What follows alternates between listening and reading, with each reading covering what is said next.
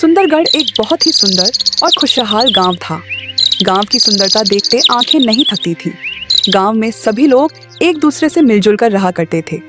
इस गांव में भोला अपनी पत्नी और एक 9 वर्ष के बेटे के साथ रहा करता था। भोला खेती करता, जिससे कि उनका गुजारा हो रहा था। अरे शांति, जल्दी से खाना बांध दो। मुझे खेत पर जाने के लिए ऐसे भी देर हो रही है।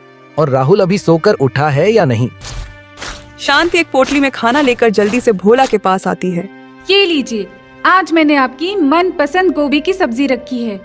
अब ना कहना कि तुम मेरे पसंद की चीज नहीं बनाती हो। वाह वाह, क्या बात है। गोभी की सब्जी की सुगंध तो बहुत ही अच्छी आ रही है। चलो ठीक है, अब मैं चलता हूँ। मुझे वैसे भी काफी देर हो चुकी है। इसके बाद भोला कुदाल लेकर अपने खेत की ओर निकल जाता है।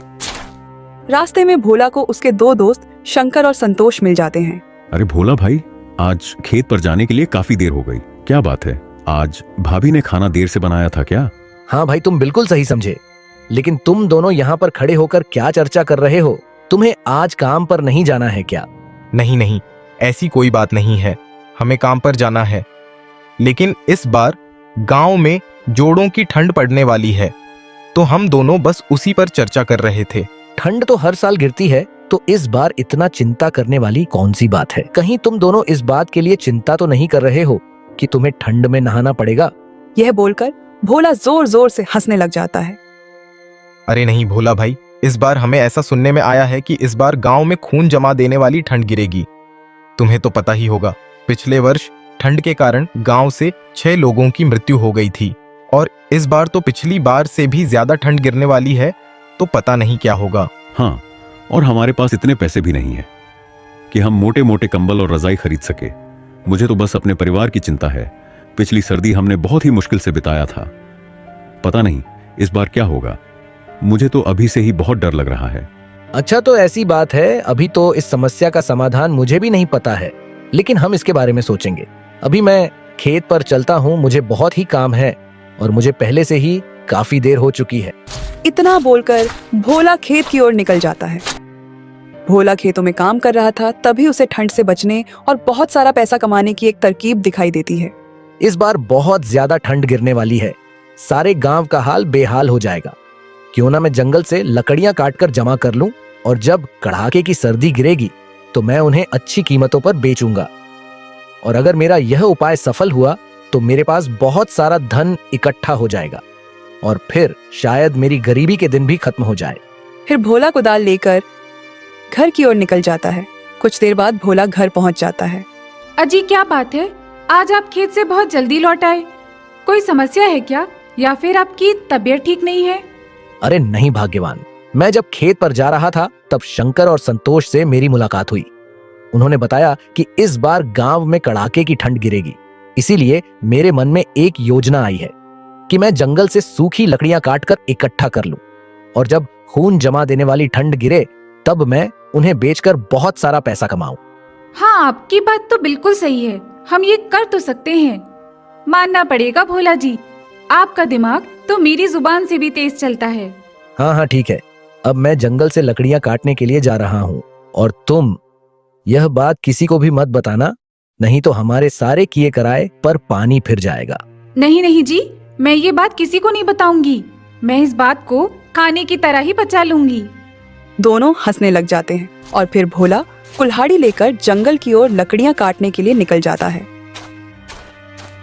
कुछ दूर चलने के बाद उसे कुछ सूखे पेड़ दिखाई देते हैं।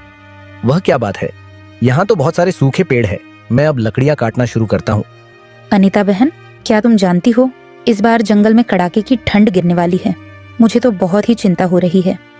मैं सब जानती हूँ। तुम्हें किस चीज की चिंता हो रही है? तुम ऐसे भी 2 से 3 दिन में एक बार नहाती हो, और जब ठंड आती है तो तुम 15 से 20 दिन में एक बार नहाती हो। हाँ हाँ, जैसे कि तुम हर दिन नहाती हो। बड़े बुजुर्ग कह गए हैं कि दूसरों को बुरा कहने से पहले खुद के गिरेबान में झांक लेना चाहिए। भले ही मैं 15 से 20 दिन में एक बार नहाती हूँ, लेकिन मैं तुमसे सुंदर ही दिखती हूँ। और अगर यकीन न हो तो सारे गांव वाले से पूछ लेना, आई बड़ा मुझे ज्ञान देने वाली। हाँ, ये बात तो सही है। बस एक ही समस्या है कि तुम्हारे शरीर से बदबू बहुत आती है, इसलिए सुंदर दिखने के साथ साथ कभी कभी नहा भी लेना चाहिए।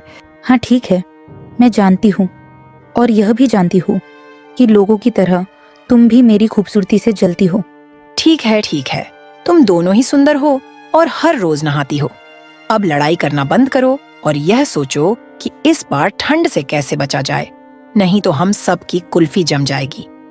बचने का तो बस एक ही उपाय है, कंबल के अंदर रहो और पानी से दूर रहो। दूसरी ओर भोला हर रोज जंगल जाता और ढेर सारी सूखी लकड़ियां काट कर लाता। एक दिन सुबह जब कुल्हाड़ी लेकर भोला लकड़ी काटने के लिए जा रहा था, तभी उसे शंकर और संतोष रोक लेते हैं। अरे भोला भाई, तुम ढेर सारी सूखी लकड़ियां हर रोज काट कर क्यों ला रहे हो? अरे भाई, तुम तो जानते ही हो कि मेरी पत्नी को खाना बनाने का कितना शौक है। वह हर रोज तरह तरह के पकवान बनाती है, जिसके कारण काफी सारी लकड़ियां चूल्हा जलाने के लिए लग जाती हैं। इसीलिए मुझे हर रोज लकड़ियां काटने के लिए जंगल जाना पड़ता है। लेकिन भोला भाई, हमें तो यह पहली बार पता लगा कि तुम्हारी पत्नी खाना बनाने की शौकीन है। हमने पहले ऐसा कभी नहीं सुना है। फिलहाल छोड़ो, तुम कह रहे होंगे तो सही ही होगा। शंकर और संतोष को भोला की बात सुनकर कुछ अजीब लग रहा था, लेकिन उन्होंने इन बातों पर ज्यादा ध्यान नहीं दिया। ठीक है भाई, अब मैं चलता हूँ। कुछ दिन इसी तरह बीत गए। भोला जंगल जाता और सूखी लकड़ियां काट कर लाता। अब उसके पास बहुत सारी लकड़ियों का भंडार हो गया था। कुछ ही दिन बाद गांव में ठंड गिरना भी शुरू हो गई थी। भोला अपने घर के बाहर एक बोर्ड लगा देता है, जिसमें 1 किलो लकड़ी की कीमत 5 रुपए लिखी थी। जब सभी गांव वाले वह बोर्ड देखते हैं, तो उन्हें भोला की सारी चतुराई का पता चल जाता है कि वह क्यों हर रोज सूखी लकड़ियां काटने जंगल जाता था। भाई, क्या तुमने भोला के घर के बाहर वह बोर्ड देखा जिसमें 1 किलो लकड़ी की कीमत 5 रुपए लिखी थी? भोला ने बहुत ही चतुराई दिखाई है। वह जंगल से फ्री में लकड़ियां काटकर हमें 5 रुपए किलो बेच रहा है। हाँ भाई, तुमने बिल्कुल सही कहा। हर रोज जब भोला जंगल में सूखी लकड़ियां काटने जाता था, तब हम उससे पूछते थे कि तुम इतनी सारी लकड़ियों का क्या करोगे। तब वह हर रोज कुछ ना कुछ बहाने बना दिया करता था। हमें तो तभी उस पर शक हो गया था, लेकिन हमें यह नहीं पता था कि वह ऐसा काम कर सकता है। अरे तो अब इसमें सोचने वाली कौन सी बात है? भोला से 5 रुपए किलो लकड़ी खरीदने से बढ़िया है कि हम सभी कल जंगल जाएंगे और हम भी सूखी लकड़ियां काट कर लेकर आएंगे। यह बात जब भोला को पता चलती है, तो वह चिंता में पड़ जाता है, क्योंकि अब उसका लकड़ी बेचने का व्यापार सफल नहीं हो पाएगा। अरे भाग्यवान, क्या तुमने सुना? गांव के लोग कल सूखी लकड़ियां काटने के लिए जंगल जा रहे हैं। अगर वह सूखी लकड़ियां काट लेंगे तो हमसे लकड़ियां कोई भी नहीं खरीदेगा और मेरी सारी मेहनत पर पानी फिर जाएगा। हाँ जी, आपने बिल्कुल सही कहा। काश कोई ऐसा चमत्कार हो जाए कि कल गांव वाले लकड़ियां काटने जा ही ना पाएं। हाँ, अब हम सिर्फ ऊपर वाले के भरोसे ही रह सकते हैं। कुछ ही देर बाद रात हो जाती है। दोनों पति पत्नी खाना खाकर सो जाते हैं, लेकिन रात में ठंड के साथ साथ आसमान में काले बादल छा जाते हैं और कुछ ही देर में बहुत तेज बारिश होने लगती है। बारिश के साथ साथ ठंड भी बहुत ज्यादा बढ़ जाती है। बारिश गिरने के कारण सारे पेड़ पौधे गीले हो जाते हैं, जिससे कि अब जंगल में एक भी सूखी लकड़ियां नहीं बचती है। सुबह होने तक बारिश रुक जाती है। जब भोला और शांति बारिश देखते हैं, तो वह बहुत ही खुश हो जाते हैं। अजी देखिए, लगता है ऊपर वाले ने हमारी सुन ली और रात को बारिश करवा दी। अब सारे पेड़ पौधे गीले हो गए होंगे और अब तो सूखी लकड़ियां भी जलने लायक नहीं रही होंगी। हाँ, तुमने बिल्कुल सही कहा। गांव वालों ने अपने आप को बहुत ही बुद्धिमान समझा था, लेकिन उनकी सारी बुद्धिमानी धूल में मिलकर रह गई। और अब मैं लकड़ियां 5 रुपए किलो बेचने की बजाय 10 रुपए किलो बेचूंगा। नहीं नहीं, आप 5 रुपए किलो ही लकड़ियां बेचो। अगर हम 10 रुपए किलो लकड़ियां बेचेंगे तो ये सीधे सीधे लोगों को लूटना हो जाएगा। ऊपर वाले ने आपकी मेहनत को बचाने के लिए बारिश करवा दी और अब आप इसका गलत फायदा ना उठाएं। मेरी आपसे विनती है कि आप लकड़ियों का दाम 5 रुपए किलो ही रखें। मैं लकड़ियों का दाम 5 रुपए किलो ही रखता, लेकिन गांव वालों ने अपनी चतुराई दिखाकर अच्छा नहीं किया। और रात को जो बारिश हुई है, वह ऊपर वाले का संदेश था कि गांव वाले को सबक सिखाया जाए। इसीलिए मुझे तुम्हारे राय की कोई जरूरत नहीं है। मैं लकड़ियां 10 रुपए किलो ही बेचूंगा। अपने पति की यह बात सुनकर शांति को बहुत ही दुख होता है और भोला अपने घर के बाहर लगे बोर्ड को बदल देता है और उसमें 10 रुपए किलो लकड़ियों का दाम लिख देता है। यह देख गांव वालों को बहुत ही गुस्सा आता है, लेकिन वह कुछ नहीं कर सकते थे। देख रही हो सुमन बहन, गांव में कितनी ज्यादा ठंड पड़ रही है। हमारे पास तो थोड़ी सी ही लकड़ियां हैं। हम इसे ही जलाकर इस ठंड से राहत पाने की कोशिश कर रहे हैं। हाँ, तुमने बिल्कुल सही कहा आरती बहन। हमारे पास तो थोड़ी भी लकड़ियां नहीं है, इसलिए हम तुम्हारे घर आग की गर्मी लेने आए हैं। क्या तुम्हें पता है, आरती बहन जब ठंड की शुरुआत हुई थी तब भोला ने लकड़ियों का दाम 5 रुपये किलो रखा था, लेकिन जब ठंडियां बढ़ चुकी है तो उसने लकड़ियों का दाम 10 रुपया किलो कर दिया है। वह सरासर लोगों को लूट रहा है। तुम्हारी बात बिल्कुल सही है शंकर भाई।